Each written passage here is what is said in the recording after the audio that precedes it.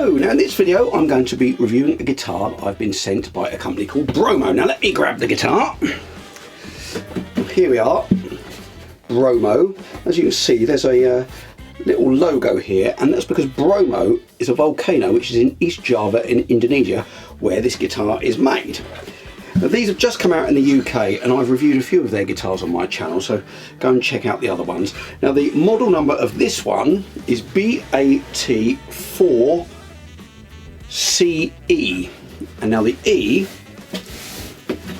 I think, stands for Electro, because this one has a pickup built in, so this is an Electro Acoustic. Right, this particular guitar is from the Tahoma range. They've got 4 ranges of guitars with different levels of spec on them. They're all named after mountains or volcanoes, and this one is Tahoma, which is a volcano in the northwest of the USA, so get a geography lesson as well there. And this one is an Auditorium shape with a solid top, and as you can see it has this cutaway which is called a Hillside Cutaway. They also do one with a more sort of traditional curved cutaway, but this is this rather nice kind of more angular cutaway which I asked if I could try because I thought it looked rather nice. So this has a solid top and it retails at £199.99 in the UK, and as I say, these have just come out. They come from Indonesia, and it's from the same company that produce Mahalo ukuleles, SX electric guitars and Valencia classical guitars, so they're a kind of established team that already produce good quality instruments. And here's a picture from their website of their state-of-the-art factory in East Java. Now, the first thing I noticed about this,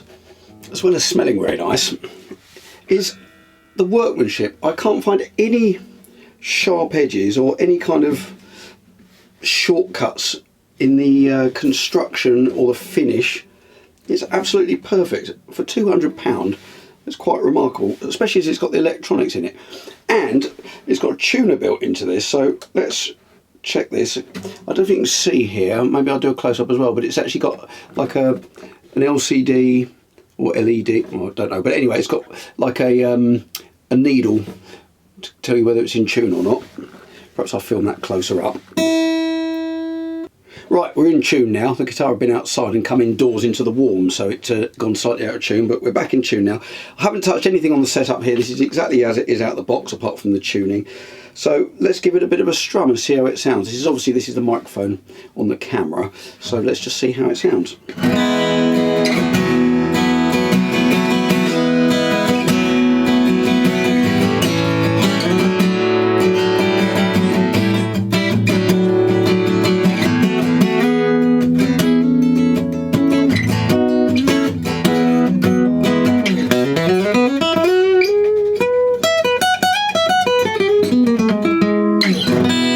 Straight away, I think that sounds amazing. The action is really nice. It's lower than the ones on the other guitars I've tried, the purely acoustic ones. And I don't know if that's intentional, but this is exactly how I'd have the action on my Electro Acoustics, which I mentioned on some of my other videos. I have them intentionally lower. I have them almost lower than on my electric guitar, which I know is a bit weird, but it's because I do lots of lead stuff with the looping and stuff when I'm using them. But this is absolutely perfect for me.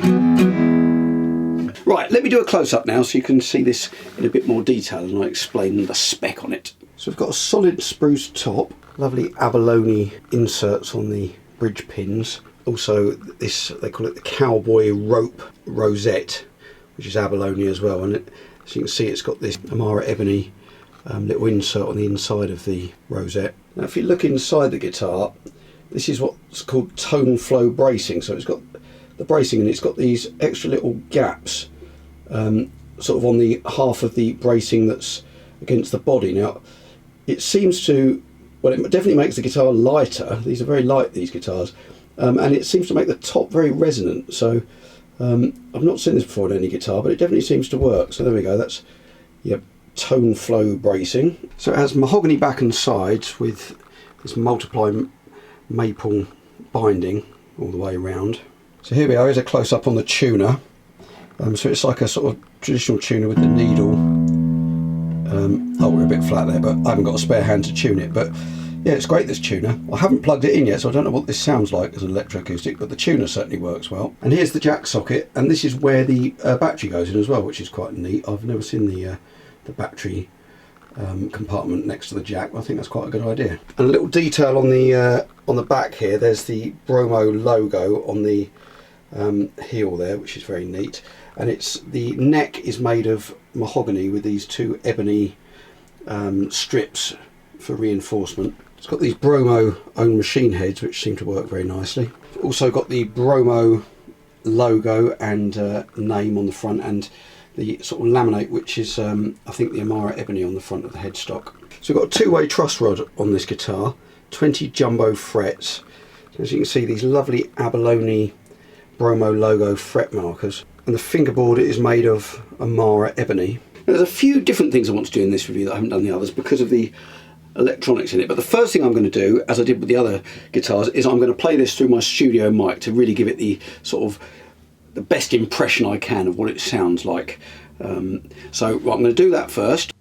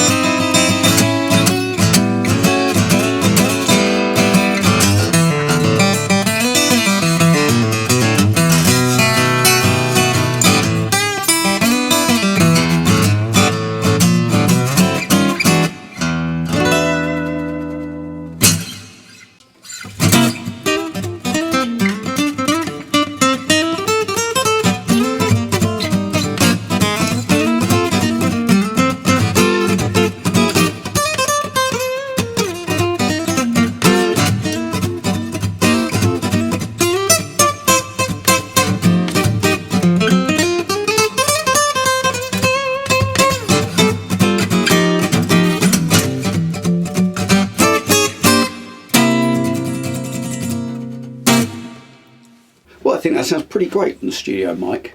The next thing I'm going to do is, because I want to take this guitar on a gig, because I think that will be the very best way to sort of demo how it sounds. But before I do that, I think it's prudent of me to test it and check it at home before I go out on a gig and plug it in.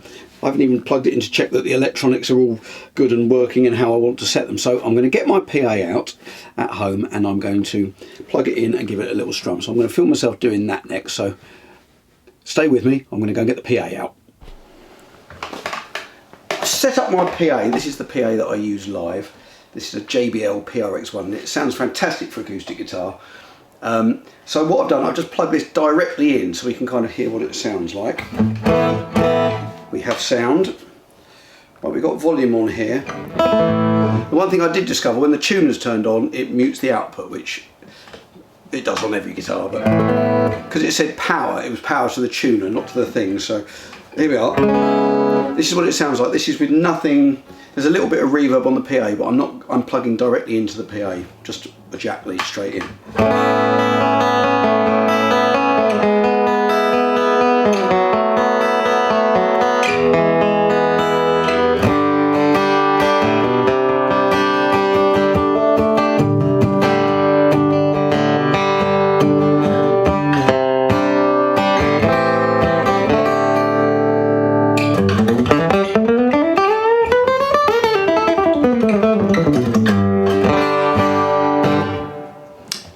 Good. Now what I think I'm going to do as well, I don't actually ever use my guitar plugs directly, and I use them either through my Quad Cortex or my Fishman Aura, which you know, makes the acoustic guitar sound more natural. So bear with me, I'm just going to plug in my Fishman Aura and see what I can make this guitar sound like through that. Right, I've plugged in my Fishman Aura now. Now if you don't know what this is, it's a kind of, it's an acoustic imager which overlays the sound of a recorded acoustic guitar over the pickup sound, so it makes it sound more natural. And it's what I always use when I play live. I use it either on my Quad Cortex multi-effects or I use it on this dedicated pedal. But it should make the guitar sound much more natural. And all I've done, I've used the orchestra sized guitar, which I guess is most similar to this, on preset 1. So I haven't done anything fancy, and all the EQs set flat. So see what you think of the sound of this.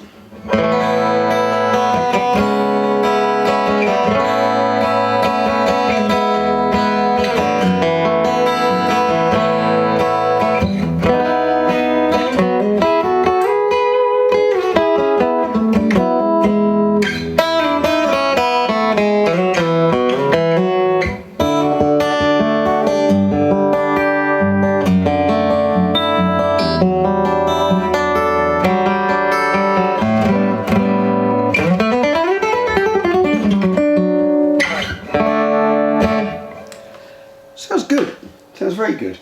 Right, well that's all working and that all sounds pretty good. So next step is I'm going to take this out on a gig. Now I've got a gig tonight, I've got everything ready. I'm going to take my Tahoma, which is my normal guitar. It seems a bit of a risk to just take a guitar that I've never played live before on a gig, so I'm going to take this one and my other one, but I'm hoping I'm going to use this for most of the gig. I don't see any reason why not, because it feels fantastic. It's a great neck shape. You never quite know till you get on a gig, because sometimes, especially as this is such a responsive guitar acoustically, how much it might be prone to feedback. And I'm going to see if I've got a one of those stopper things in here. This Soundhole does look a little bit bigger, so it might not fit, but anyway, I'm going to take it and we shall see how we get on. But I'm really looking forward to trying this. I've never had an acoustic with a cutaway before, so I can get right up the dusty end without being hindered by the body of the guitar. Okay, now at this point I don't know how this went, but I'm going to show you some gig footage now and I shall tell you how it went afterwards. I changed my mind. I did the gig last night and I thought that the following videos would benefit from some prior explanation before I play them. So I did the gig and I found one of these Soundhole stoppers. You can hear the difference here, how much it kind of kills the acoustic sound of the guitar compared to earlier in the video, and that stops the guitar feeding back once it's plugged in.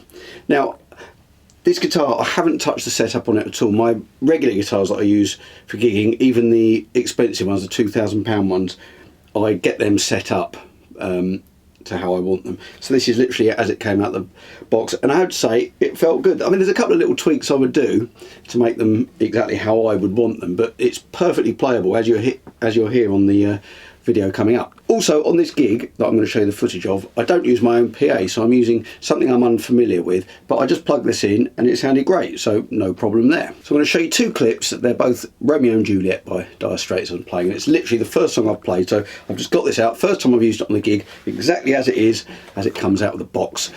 Just a little bit of the intro, the kind of finger picky bit, and then the second bit I set up a loop. I haven't put in the bit that where I'm setting up the loop, but I play a rhythm part and then I put down a bass line using an octave pedal, and then I do some drums and percussion, and then I solo over the top of it with a little bit of delay on, so you can hear both some finger picky stuff and some lead guitar. So have a look at these two clips and see what you think. I was very impressed with this guitar.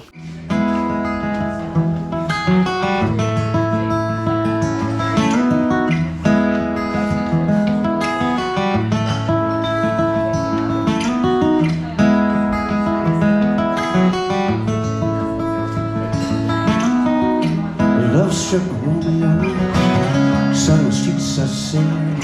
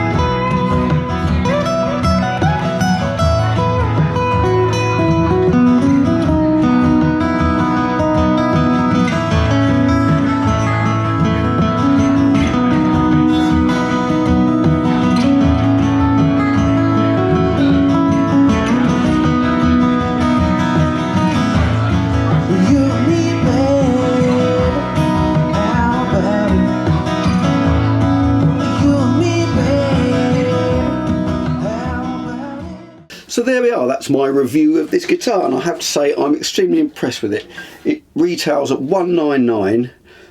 I'll put the links in the description. To put that in context, I think the preamp that I bought for my usual guitar, my Takamine that I normally use, I think just the preamp bit, just that bit, not the pickup, just literally the bit that plugs in there, I think that cost about the same as this whole guitar. So, you know, I cannot believe actually how good these guitars are for the money. Go and check out some of my other videos. I've reviewed several others of these. So yeah, it gets my thumbs up. Recommended. Bromo guitars, go and check them out.